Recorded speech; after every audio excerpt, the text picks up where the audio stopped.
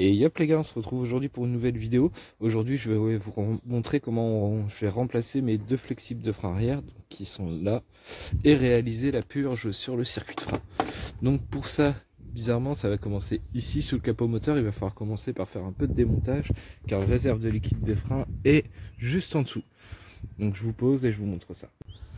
Donc pour enlever ça, c'est la boîte à air du filtre habitacle. On va commencer par retirer la petite agrafe qui est là. Hop.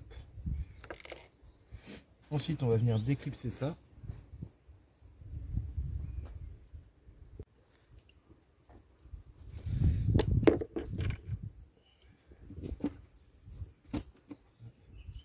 C'est des petites languettes en plastique, il n'y a rien de bien sorcier.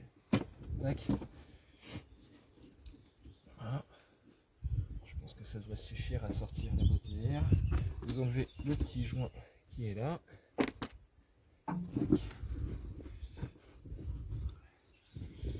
Je pense qu'il faut l'ouvrir. Donc là vous avez juste ça à rabattre, ça sort. Donc là le filtre à air habitacle. On va vous soulever et ça vient tout seul. On profitera pour passer un coup, ça fera pas de mal.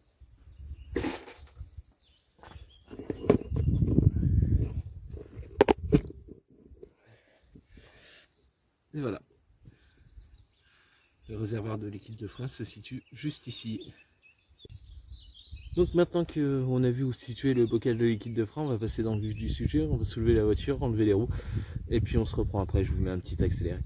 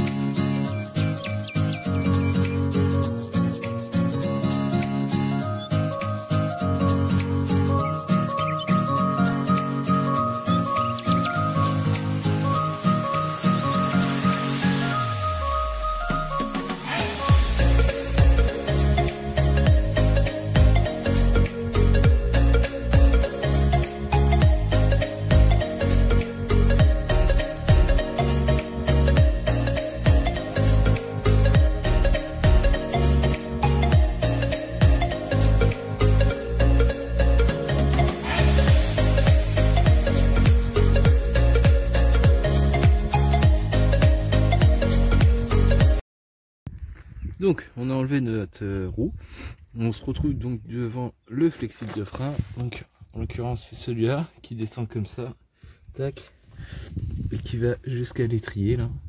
Voilà. Donc le but ça va être de l'enlever, en sachant que là vous avez une conduite rigide, donc là c'est du flexible, ça accepte la torsion, là c'est une conduite rigide, donc ça accepte pas du tout la torsion. Donc là il va falloir nettoyer, mettre un max de dégrippant, et venir maintenir cette conduite rigide, parce que si elle tourne elle va casser, et là franchement c'est une grosse merde à changer. Donc on va s'éviter tout ça, on va blinder de dégrippant, et puis on va espérer que ça se passe bien. En théorie le mieux si vous avez c'est d'avoir une clé à tuyauter. Une clé à tuyauter en fait ça vous permet de prendre sur 4 pans au lieu de 2 pans. Donc vous allez avoir un angle comme ça, un angle comme ça, un angle comme ça et un angle comme ça. Et ça permet de mieux maintenir et de moins forcer sur l'écrou, parce que ça c'est des écrous relativement souples et qui supportent pas la force. Donc il va falloir être précautionneux. Donc là j'ai mis mon dégrippant sur les écrous. Donc ce qu'on va venir faire c'est qu'on va remplir le bocal de liquide de frein. Pourquoi le remplir? Parce que évidemment quand on va changer le flexible on va en perdre, et du coup ça va nous permettre de le purger en même temps. Donc là il faut faire attention parce qu'il y a un flotteur pour le capteur de niveau. Hop, là-dessus, c'est pas mal.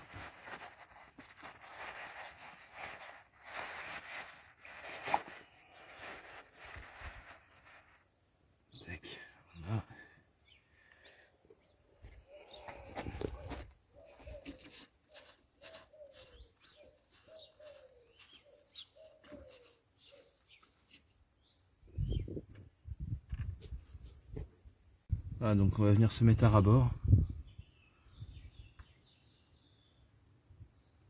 pour éviter qu'il y ait des bulles d'air en fait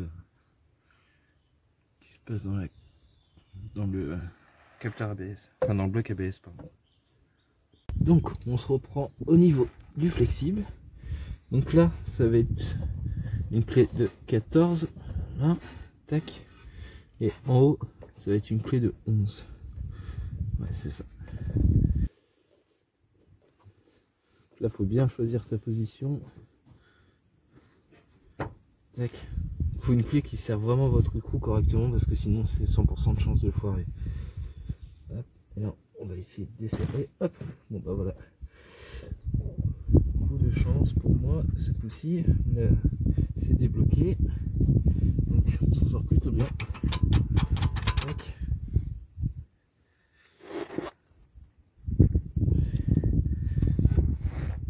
Là il va falloir maintenir l'écrou du haut pendant que vous desserrez celui du bas.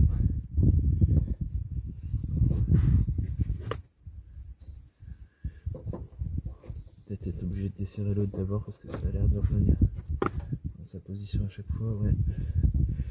Alors, je peux peut-être desserrer celui du haut plutôt.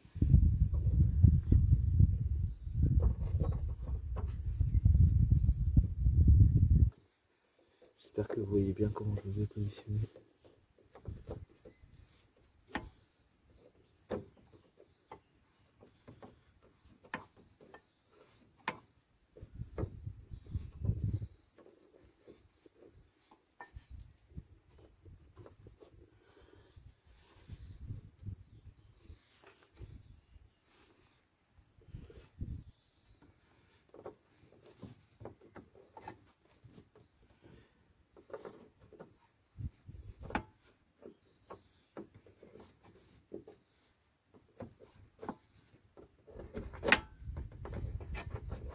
D'où l'importance du dégrippant, hein. Mettez vraiment du dégrippant pour maximiser vos chances de réussite sans casse.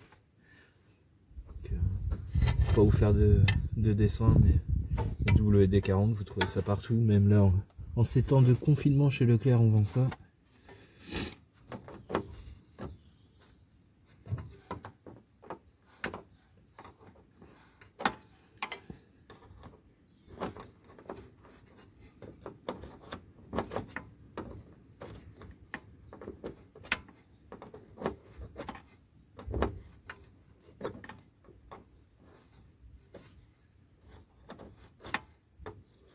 C'est pas censé être serré fort en fait, mais c'est juste que déjà le raccord est un peu long.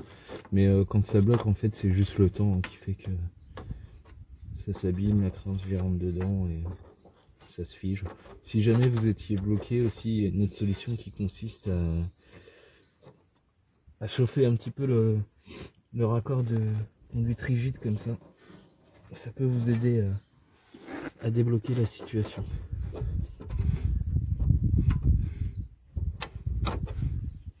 Moi j'ai laissé agir un dégrippant à peu près 5 minutes quoi, en gros. Parce que c'est pareil, si vous mettez du dégrippant que vous y allez tout de suite, ça n'a aucun intérêt. Faut laisser le dégrippant agir.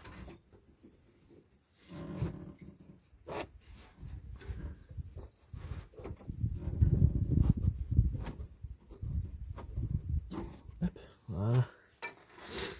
Maintenant on va faire le bas du flexible. Voilà, donc là ce que vous voyez c'est la partie du flexible qui va à l'étrier. Donc là on a beaucoup de moins de risques. Vous pouvez y aller. Normalement il n'y a pas de souci avec ce côté.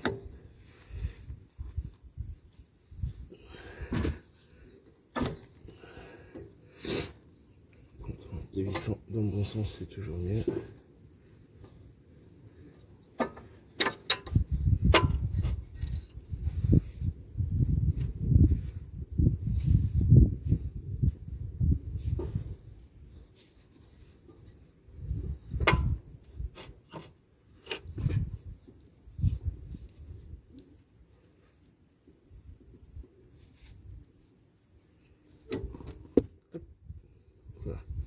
Il avait été signalé au contrôle technique, donc je sais pas si vous allez pouvoir vous rendre compte à la caméra, mais là il a quelques craquelures pardon. Donc il était pas en contre-visite, hein, mais bon, pas pour le prix que ça vaut, je crois que je vais payer une dizaine d'euros pièce le flexible. Ça vaut pas le coup de s'emmerder, autant le remplacer.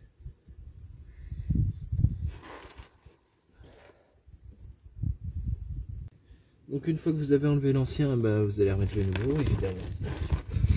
Même procédure que pour l'enlever, mais en chemin inverse.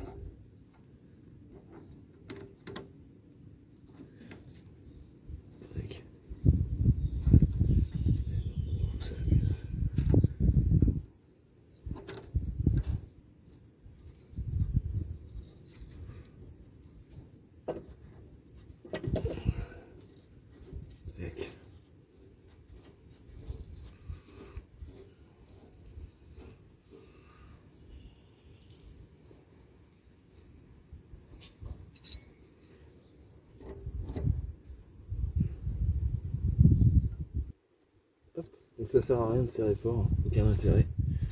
Vous venez bloquer, ça suffit. Un bloquer plus un petit coup quand même, quoi, histoire que ça bouge pas parce que c'est du frein, mais pas besoin d'y aller comme un peu parce que si vous devez de nouveau le changer, vous y arriverez pas. Donc maintenant on va venir remettre celle du haut.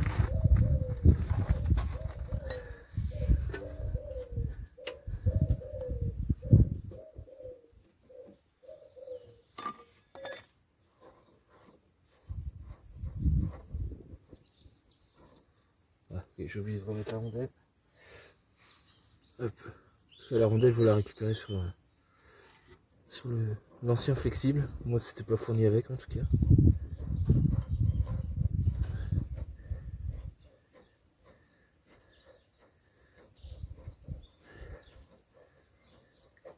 Vous voyez, flexible qui remonte correctement. Tac. Là, on va pas pouvoir faire comme pour le desserrage, on va pas pouvoir desserrer à partir de l'écrou du flexible. On va falloir venir resserrer avec celui-là. Bon, sur le serrage, il y a moins de risque normalement.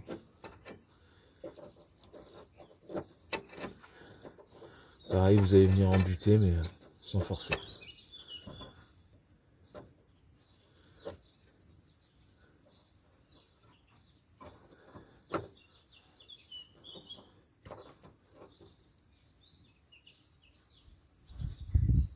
Il y a une bonne technique si vous voulez pas serrer trop fort, c'est d'appuyer avec deux doigts au bout de votre clé. Quand vous y arrivez plus, c'est que c'est serré correctement. Voilà, là ça suffit. On va passer un coup de nettoyant frein, donc parce que le liquide de frein c'est très corrosif. Donc si vous en avez sur vos ciment bloc comme ça, là, il va pourrir à vitesse grand V.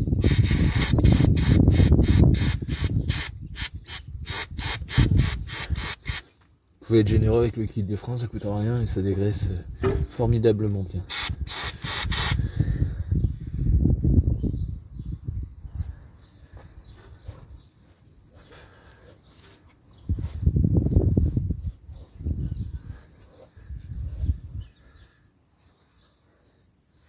Donc voilà, notre flexible est changé. Donc moi ce que je vais faire, c'est que je vais aller changer de l'autre côté. Je vais pas vous montrer, ça sert à rien, c'est exactement la même procédure. Et je vous reprends après pour faire la purge du liquide ensemble. Voilà les gars, donc j'ai remplacé mon deuxième flexible. Donc là on est revenu à l'arrière droit. Je vais vous montrer comment réaliser la purge. Donc vous avez deux méthodes, soit vous avez un purgeur. Donc honnêtement ça coûte pas grand chose. Je pense que la prochaine fois j'investirai. Mais bon là en période de confinement tout est fermé. Donc je vais faire sans comme je fais habituellement d'ailleurs. Donc la procédure, c'est qu'il va falloir dévisser la petite vis de purge qui est là. Il va falloir être deux. Hop. Ensuite on retire le petit caoutchouc du capteur témoin d'usure de plaquettes de frein. Voilà. Donc là ce qu'on va faire, c'est qu'on va mettre quelqu'un à l'intérieur de la voiture. La personne va appuyer sur la pédale de frein. Et on va purger tout ça. Donc là ce qu'il va falloir faire, c'est ouvrir la vis de purge. Quelqu'un va appuyer sur la pédale de frein et rester appuyé sur la pédale de frein. Et nous on va venir refermer ici. Je vous montre ça tout de suite. Ah oui, chose importante aussi pour la purge. Il y a un ordre pour réaliser cette purge. Donc là on intervient sur l'arrière. Donc il va falloir purger aux quatre coins de la voiture. En commençant par l'arrière droit, ensuite l'arrière gauche, ensuite avant droit et ensuite avant gauche. Pourquoi cet ordre? En fait on fait du point le plus loin jusqu'au point le plus proche. Donc sur la BM c'est comme ça sur la plupart des voitures d'ailleurs. Arrière droit, arrière gauche, avant droit, avant gauche. Si jamais vous intervenez que sur l'avant, c'est pas nécessaire de venir à l'arrière, mais par contre vous devrez faire avant droit, avant gauche, même si vous changez qu'une pièce sur le circuit avant gauche. Ok. Voilà, donc là j'ai passé un tuyau sur la vis de purge. Je vais venir ouvrir la vis. Hop, vas-y, appuie. Donc là on referme, vas-y lâche. Et on va recommencer l'opération jusqu'à temps que le liquide sorte sans bulle. Appuie. Tape.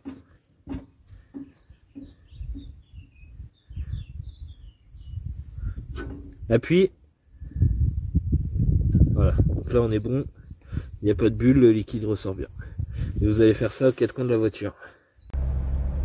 Les gars, donc on se retrouve dans la voiture pour la outro. Donc je vous ai pas filmé le montage, je pense que leur montage pardon, je pense que c'est pas très utile, c'est l'inverse en fait tout simplement. La seule petite chose que j'ai oublié de vous dire, c'est que une fois que vous avez réalisé votre purge, pensez bien à tester votre frein avant de partir faire l'essai routier. Donc vraiment pas vite, histoire que de voir s'il y a un problème de détecter tout de suite et pas quand vous serez lancé. Donc voilà, juste ça à faire attention, bien votre niveau de liquide de frein à faire entre chaque purge que vous allez faire pour être sûr que vous n'ayez pas de l'air qui rentre dans le circuit. Et puis voilà tout, j'espère que cette vidéo vous aura plu. À l'heure où je tourne la outro, donc c'est quelques jours plus tard après la réalisation de la purge, donc moi tout s'est bien passé. Je tenais à vous remercier pour les 100 abonnés, ça y est, c'est fait, on est plus de 100 sur la chaîne. Donc merci à tous ceux qui s'abonnent, qui mettent des commentaires, je réponds à tout le monde. Message Insta, pareil, je réponds à tout le monde. Donc je réponds pas forcément dans la minute parce que moi je travaille. Je suis pas concerné par le confinement. Donc je réponds pas forcément dans la minute, mais je prends toujours le temps de vous répondre. Donc n'hésitez pas si vous avez des questions ou même comme certains l'ont fait juste pour me dire bah, merci, tes vidéos elles sont cool et tout, bah, ça me fait super plaisir aussi de recevoir ce genre de messages. Donc si vous n'êtes pas abonné, pensez à vous abonner et puis lâchez un petit like, ça fait plaisir également. Et puis je vous dis à bientôt les gars pour une prochaine vidéo.